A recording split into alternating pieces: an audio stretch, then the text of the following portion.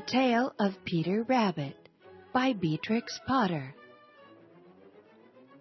Once upon a time there were 4 little rabbits, and their names were Flopsy, Mopsy, Cottontail, and Peter. They lived with their mother in a sandbank underneath the root of a very big fir tree.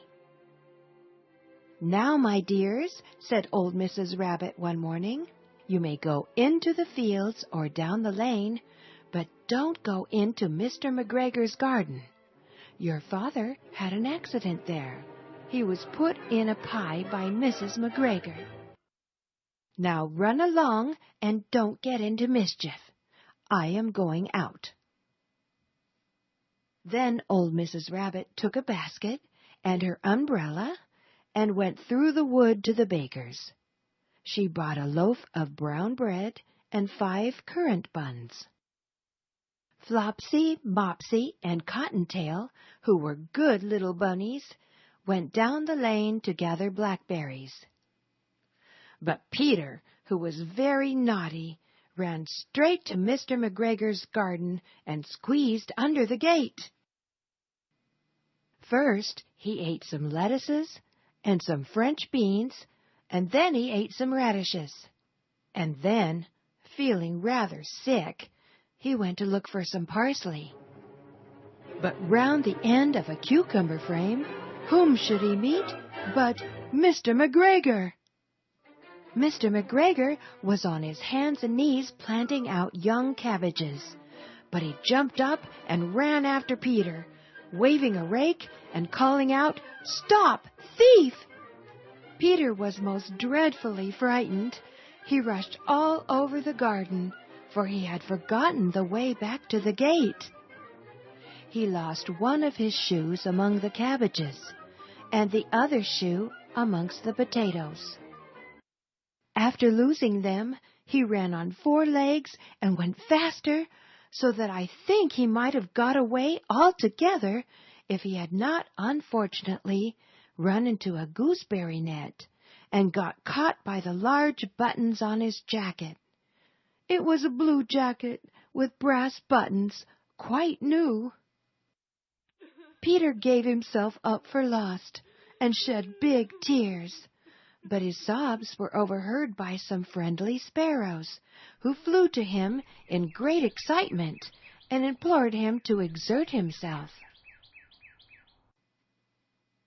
Mr. McGregor came up with a sieve, which he intended to pop upon the top of Peter.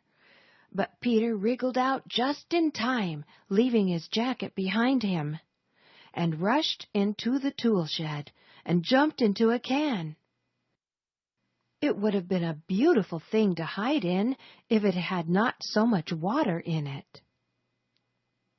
Mr. McGregor was quite sure that Peter was somewhere in the tool shed, perhaps hidden underneath a flower pot.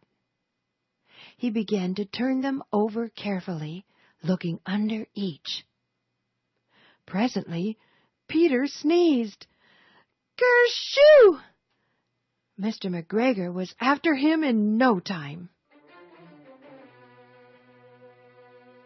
He tried to put a foot upon Peter, who jumped out of a window, upsetting 3 plants. The window was too small for Mr. McGregor, and he was tired of running after Peter. He went back to his work. Peter sat down to rest. He was out of breath and trembling with fright, and he had not the least idea which way to go. Also, he was very damp with sitting in that can. After a time, he began to wander about, going lippity, lippity, not very fast, and looking all around. He found a door in a wall, but it was locked, and there was no room for a fat little rabbit to squeeze underneath. An old mouse was running in and out and over the stone doorstep, carrying peas and beans to her family in the wood. Peter asked her the way to the gate, but she had such a large pea in her mouth that she could not answer. She only shook her head at him. Peter began to cry. Then he tried to find his way straight across the garden, but he became more and more puzzled. Presently, he came to a pond where Mr. McGregor filled his water cans. A white cat was staring at some goldfish. She sat very, very still, but now and then the tip of her tail twitched as if it were alive. Peter thought it best to go away without speaking to her. He had heard about cats from his cousin, little Benjamin Bunny. He went back towards the tool shed, but suddenly, quite close to him, he heard the noise of a hoe. Scritch, scratch, scratch, scritch. Peter scuttered underneath the bushes, but presently, as nothing happened, he came out and climbed upon a wheelbarrow and peeped over. The first thing he saw was Mr. McGregor hoeing onions. His back was turned toward Peter, and beyond him was the gate. Peter got down very quietly off the wheelbarrow and started running as fast as he could go along a straight walk behind some black currant bushes. Mr. McGregor caught sight of him at the corner, but Peter did not care. He slipped underneath the gate and was safe at last in the wood outside the garden. Mr. McGregor hung up the little jacket and the shoes for a scarecrow to frighten the blackbirds. Peter never stopped running or looked behind him till he got home to the big fir tree. He was so tired that he flopped down upon the nice soft sand on the floor of the rabbit hole and shut his eyes. His mother was busy cooking. She wondered what he had done with his clothes. It was the second little jacket and pair of shoes that Peter had lost in a fortnight. I am sorry to say that Peter was not very well during the evening.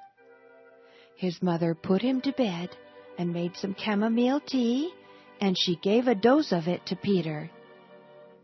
1 tablespoon to be taken at bedtime. But Flopsy, Mopsy, and Cottontail had bread and milk and blackberries for supper. The end.